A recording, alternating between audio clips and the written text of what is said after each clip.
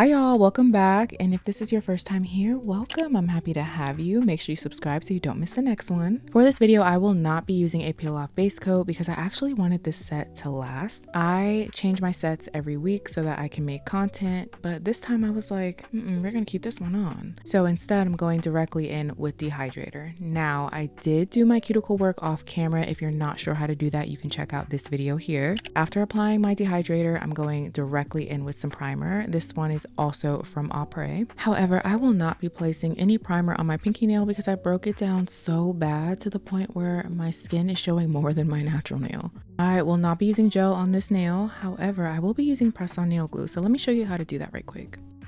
First things first, I'm going to grab my extension, but I will be using the Après natural style for this one because I want something that doesn't have a curve. For nail glue, I'm using this one here from Makartt. Gonna place a little bit of nail glue right at the bottom half of the extension, line it up with my cuticle area, and then press down slowly until that glue hits the tip of my natural nail.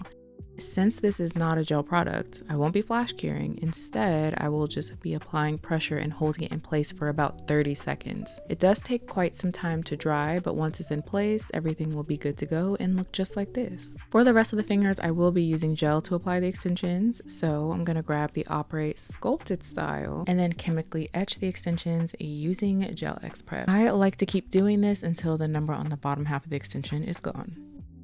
To apply the extensions, I will be using my favorite Yoga Zombie base gel. You know what I just realized? I forgot to put a thin layer of this on my natural nails before applying the extensions. I am so used to using a peel off base coat where I skip that step. So you know what we're gonna use this as? An experiment. We're gonna see how these hold up without the thin layer of gel. So I'll come back with an update in the comments. If you're applying your gel extensions and you realized, I did not put enough gel on the bottom half and now I have a little gap. Instead of taking the nail fully off, you can flip your nail upside down, grab a little bit of gel and a brush and push the gel downwards to fill in the gap. Then you would just flash cure like normal. That way you can do a quick and easy fix instead of having to take the nail off and doing it again.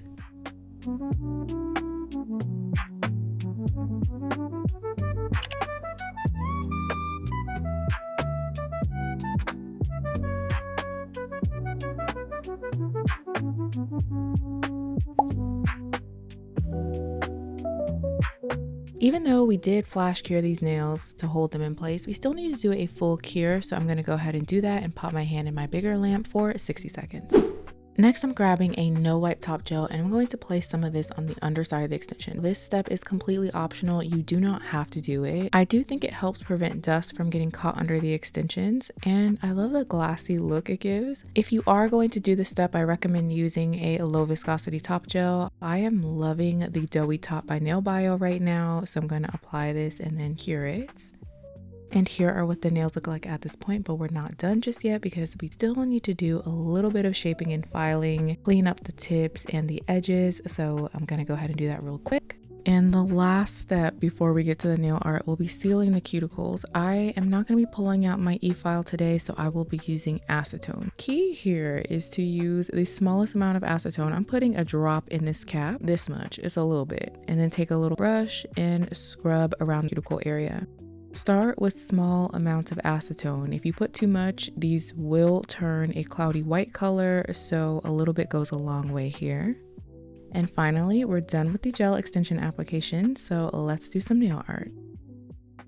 As I'm sure you can tell from the thumbnail, I will be doing a French tip type design, but instead of going right in with the base color, I wanted to do something a little different today and use a padding gel. So these are from the Diami Baby Boomer collection, and I realized I've had these for a while and I don't think I've showed you them ever. This comes with 10 different gel pots. In here you get these black caps that go inside the pots, some palettes, and the mushroom sponges. These are so cute. You basically use these to apply the gels to the nails. I'm going to be using these to cover up my natural nail under the extension before applying my base color. I have seen comments where people just do not like when you can see my natural nails under my extensions when I do French tips. It does not bother me at all, but I can understand why it might bother some. So let's try this out to see if this is going to be our happy medium. In this kit, there are two natural shades, 505 and 506. I wasn't sure which one would be best, so I decided to compare it against the base color I planned on using. I did think 506 was closer in color, so I went with that one. Grabbing a clean mushroom sponge, I'm going to get a little bit of product on it. When I say a little bit, I mean this much. And then I'm still going to tap off the excess product onto one of the palettes. At first, I'm going to begin tapping where you can see the tip of my natural nail because that's where I want the most coverage. And then I'm going to work my way towards the tip. I was only going to apply this where you can see my natural nail, but I really liked the color and considered leaving this base color as is with nothing on top. So I ended up going down towards the cuticle area, and this is what it looked like. With these, they do say you can build up the coverage without having to cure in between each layer, but I like to flash cure in between each layer because I do notice that the color payoff is slightly better. I'm only going to flash cure for a few seconds, maybe 3 to 4, and then go in with the second layer, repeating the exact same process. So starting where my natural nail is and then working my way towards the tip.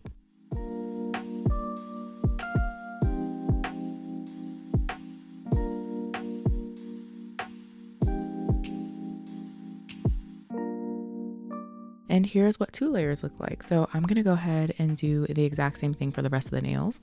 When using these, I do recommend using very light, gentle tapping motion so you get that airbrush effect.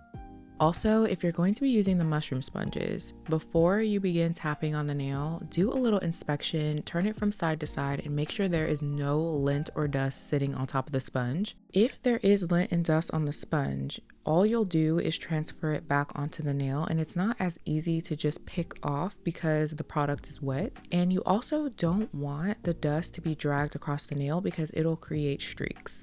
As I mentioned earlier, a little product goes a long way. Be sure to tap off any excess on the palette that comes with a kit or any palette you may have. That way you don't have clumps of product sitting in one area of the nail.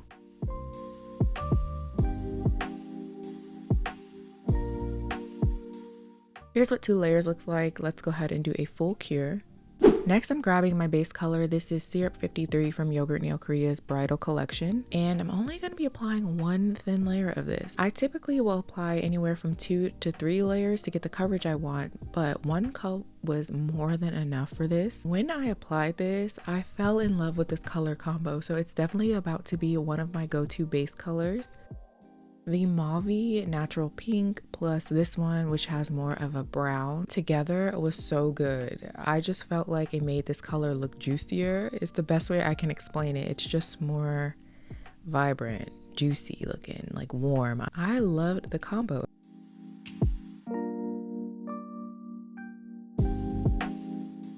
Here is what it looks like. I'm going to do a full cure. I will be working with isolated chrome on some of the nails. I am going to go in with my matte top gel. This is the Doughy Matte Top. I've used this a couple of times. I like to use the Divox Zero Matte or the Gayoi Matte Top Coat for isolated chrome, but this one I've been enjoying so far.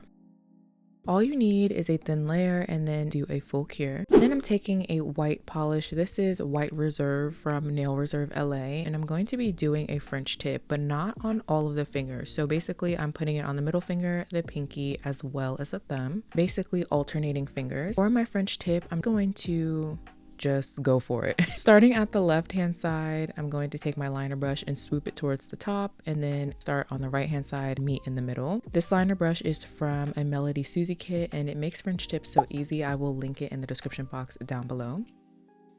After drawing the outline, I'm going to fill in the empty space with the brush from the polish bottle. As I get to the sides where the line starts to taper off, I'm going to switch over to my thin liner brush. This just keeps everything nice and neat so I don't have to clean up any excess lines. But if you're doing French tips and you want to clean up your lines, before curing, you can go in with a flat brush and acetone and make everything look like you perfectly drew them. No one's going to know.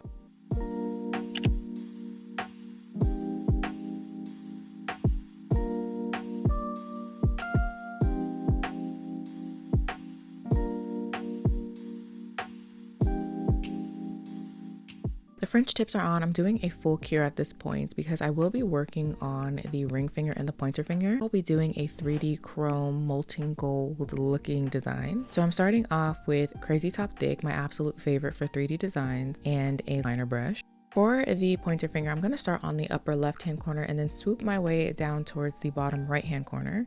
I'm squiggling my brush, not making perfect lines. I want it to look random. Once I get that main line laid down, I am going to flash cure. Then go back in and add some more Crazy Top Thick. I really wanted the lines to look like they were intertwining and look very raised in 3D. If you leave the Crazy Top Thick wet, it does give you some time to work on it, but it wouldn't look super layered and intertwined. So I decided to flash cure in between each one. For the second group of lines, I made sure to intertwine between what was already on the nail. It'll almost look like it's a braid that you put in your hair, but it's starting to fall out.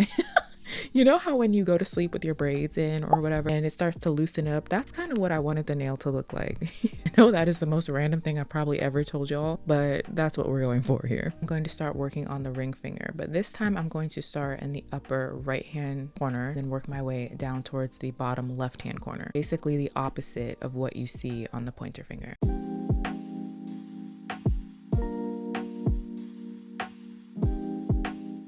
After curing the Crazy Top Thick for 60 seconds, I'm going to go in with my gold chrome in a silicone tool, just picking up a tiny amount to get started. What I like to do is dip the silicone tool in the cap instead of the main container so I can control how much I'm getting. I'm going to move the silicone tool in different directions, so up and down, side to side, circles, basically buffing that chrome into those 3D lines. I'm going to add some more lines. When I say I wanted these lines to look super layered, I meant it. So I went back in multiple times. I wanted as much texture as I can possibly get.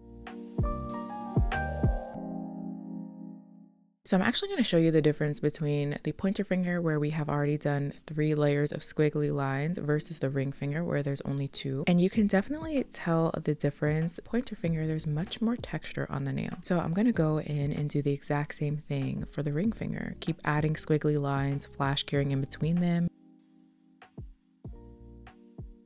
Another thing you can do to get different thickness of lines would be to switch your liner brushes. So I would say that when I started off, I was using a medium thick brush. Now I'm going to switch over to a very thin liner brush and add even more texture on the nail.